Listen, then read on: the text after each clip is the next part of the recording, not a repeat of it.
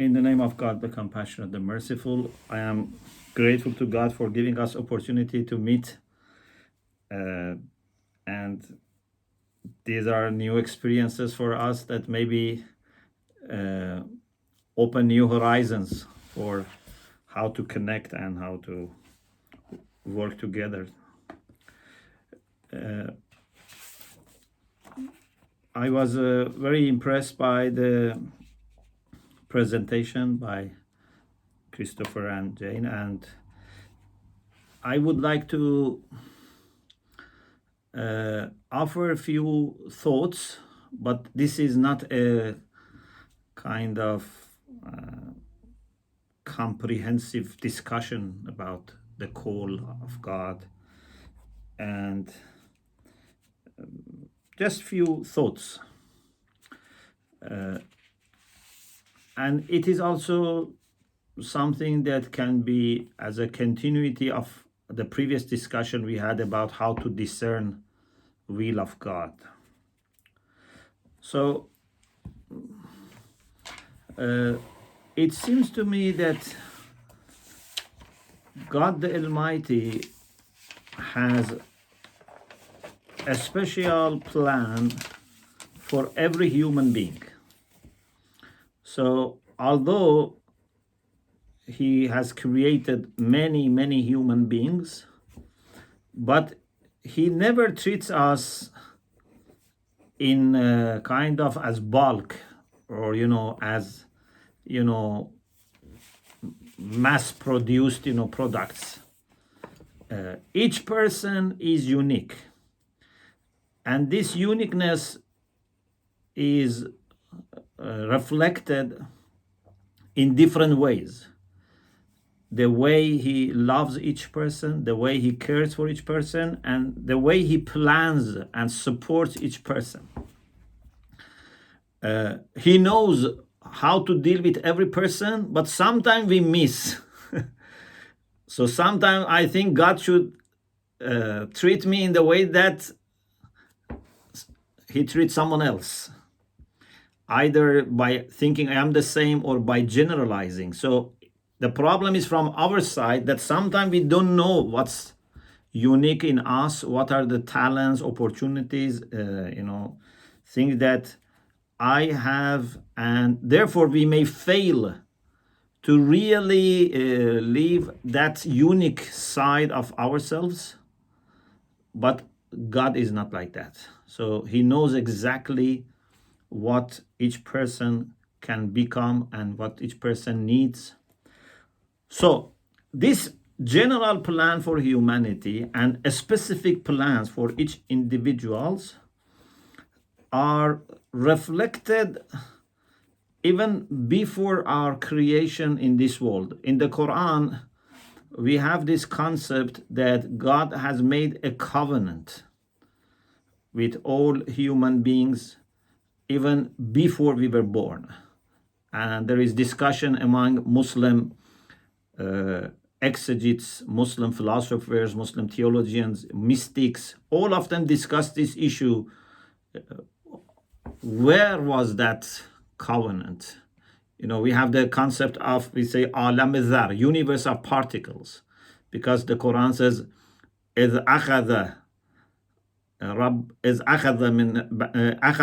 مِنْ بَنِي آدَمَ مِنْ ظُهُورِهِمْ ذُرِّيَّتَهُمْ وَأَشْهَدَهُمْ عَلَىٰ أَنفُسِهِمْ قَالَ أَلَسْتُ بِرَبِّكُمْ قَالُوا بَلَىٰ. God took from the progeny of Adam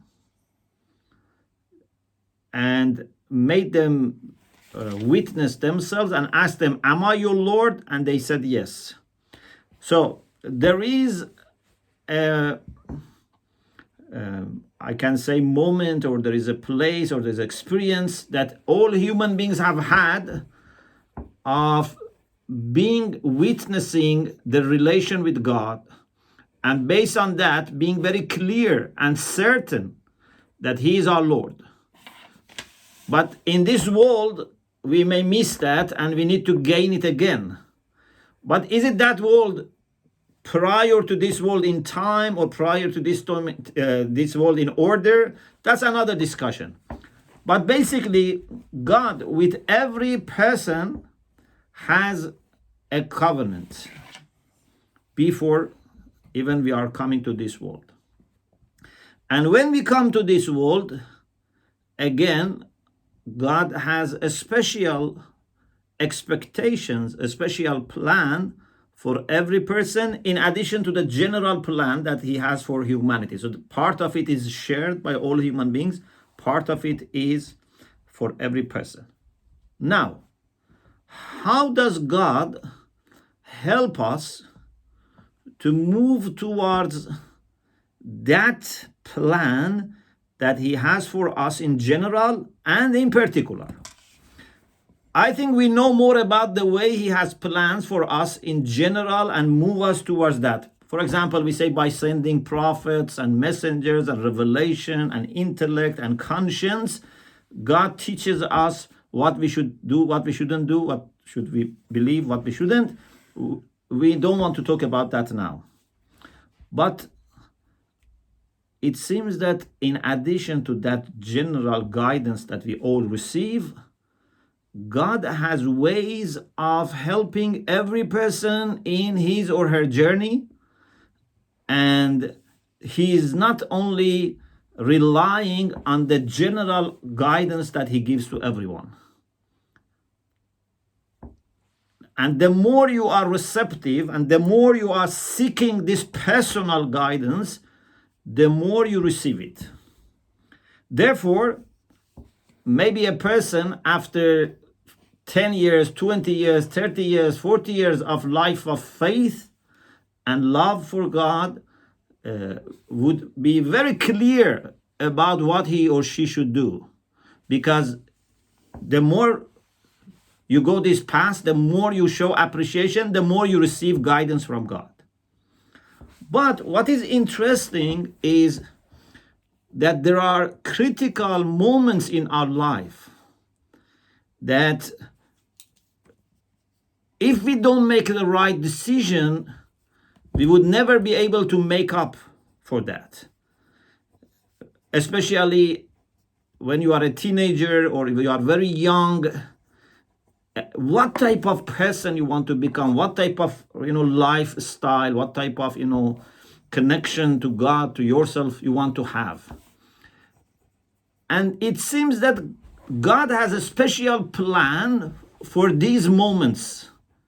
So in addition to the personal guidance that you receive over time, and this can, expand and become very, very detailed for the people who have lived this life for many years and many decades, God has another offer of unexpected guidance for people that are in critical moments of their life.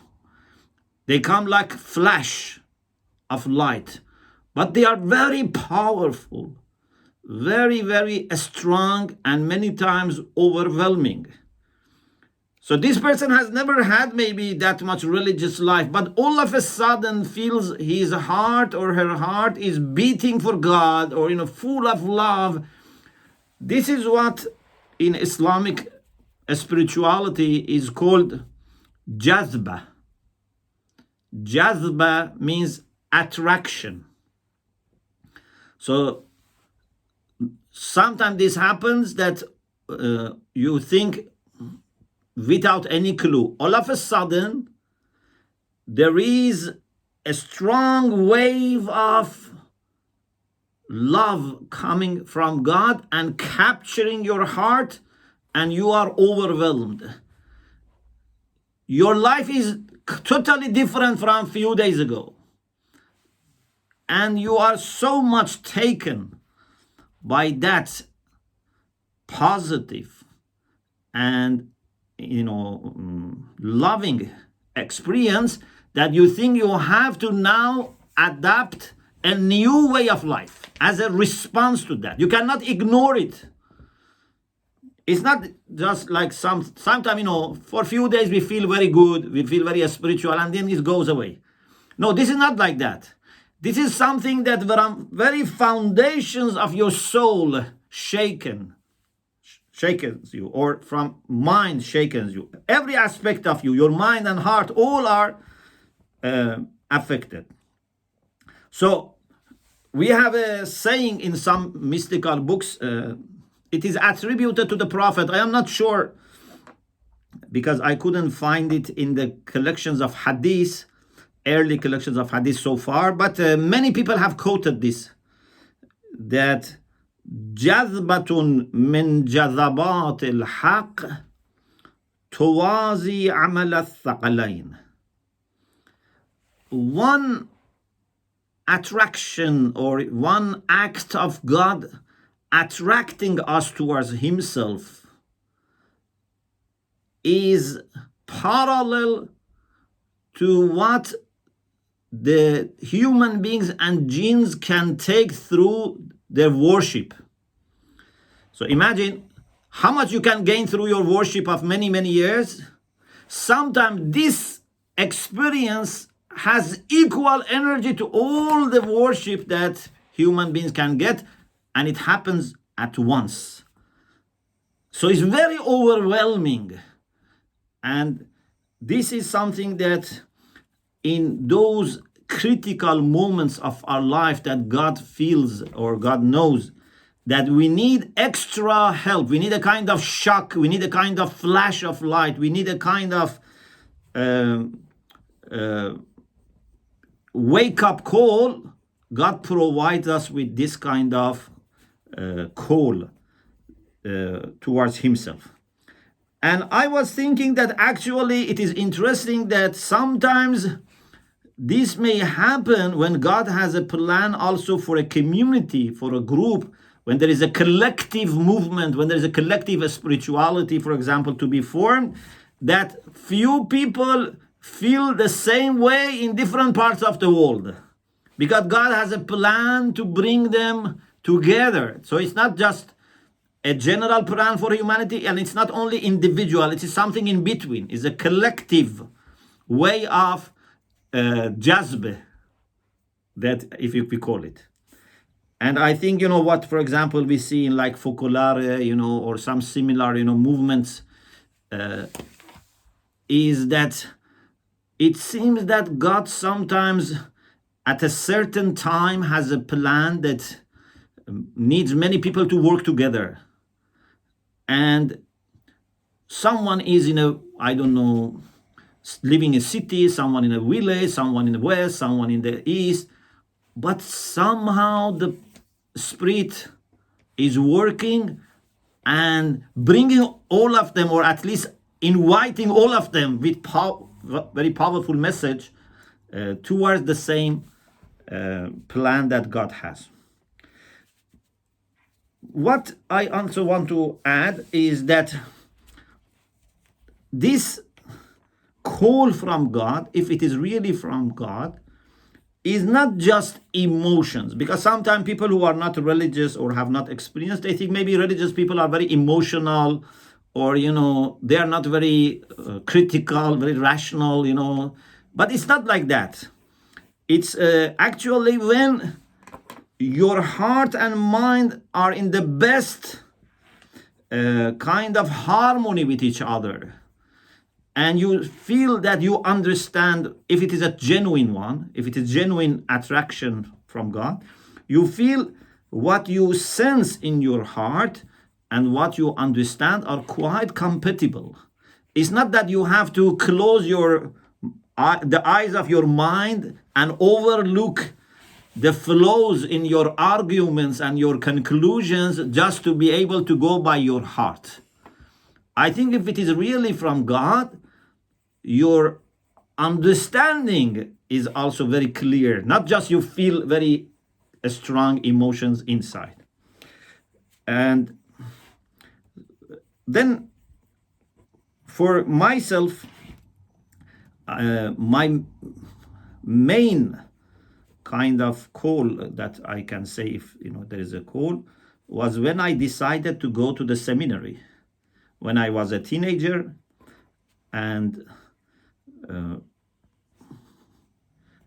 if few years before that decision, because I decided to go to the seminary at the age of 16, and age of 17 I actually went to the seminary, and I had no one in my close relatives to be seminarian, and I was in a school which was not expected, to have people who go to seminary, because we were in a special school for people who go to sciences, medicine, engineering, for a special program. Before revolution, that was a school for talented students to make them more technocrats. But I was so much touched by a lifestyle which is dedicated to a spirituality and knowledge, that as a teenager I had to talk to my parents and to convince them, and then left a school. Even I said I cannot finish high school, so I later finished my high school. So I said I want to go as soon as possible. So in the age of 17 I left Tehran, and I started in seminary in Qom. And for a person that was very close to the family, I only had maybe once traveled without my family, for a school, trip. We were very close, very attached, and also no such precedents. But I feel still the same arguments that I had for going to the seminary are convincing. So it's not that I compromised about my understanding, but I had also the special power and courage from God to stand by my decisions, but in a nice way also try to convince my parents. And thanks to God, they first my father, then my mother, they accepted. So that is an experience that I have. Later, thanks to God, every other decisions were easier to make. But I think that was a critical moment, that you put a rail, like a track for rail, way, that if at that moment God doesn't help you and you don't respond, later becomes always very difficult. But if you respond properly, other things in future become easier. So this was just what I wanted to share. It's not at all a comprehensive, talk, but I hope giving you a little taste. Thank you. Thank you. Thank you. Thank you.